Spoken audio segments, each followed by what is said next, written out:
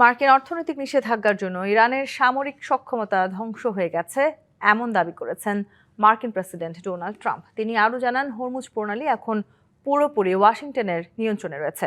তবে তার এই দাবি নাকচ করেছে ইরান। দেশটির পররাষ্ট্র মন্ত্রণালয়ের মুখপাত্র বলেন, এই নিষেধাজ্ঞা পুরো বিশ্বের বিরুদ্ধে যুদ্ধ ঘোষণার শামিল।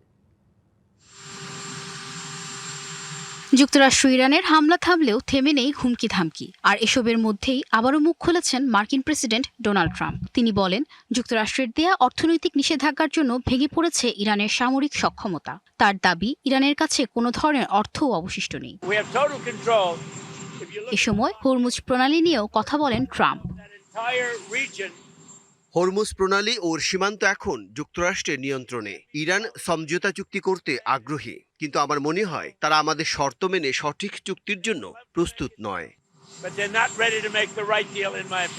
তবে ট্রাম্পের এমন দাবি সরাসরি নাকচ করে দিয়েছে ইরানের নৌবাহিনীর কমান্ডার শাহরাম ইরানি। জানান, হরমুজের পূর্বাঞ্চল ও ওমান উপসাগর এখনও।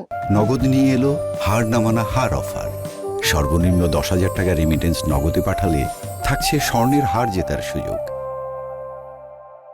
ইরানের নিয়ন্ত্রণেই আছে এসব অঞ্চলে ট্রাম্প প্রশাসন কোনো উস্কানি দিলে তাদের উচিত শিক্ষা দেওয়ার হুঁশিয়ারিও দেন তিনি।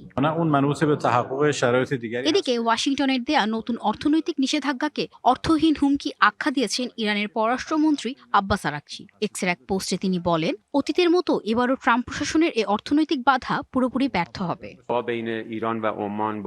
অন্যদিকে ইরানের পররাষ্ট্র মন্ত্রণালয়ের মুখপাত্র ইসমাইল বাঘি বলেছেন, এই নিষেধাজ্ঞা শুধু ইরানের বিরুদ্ধে নয়, বরং বিশ্বের সব দেশের বিরুদ্ধে যুদ্ধ ঘোষণা। Rahnuma Fermin, DBC news desk.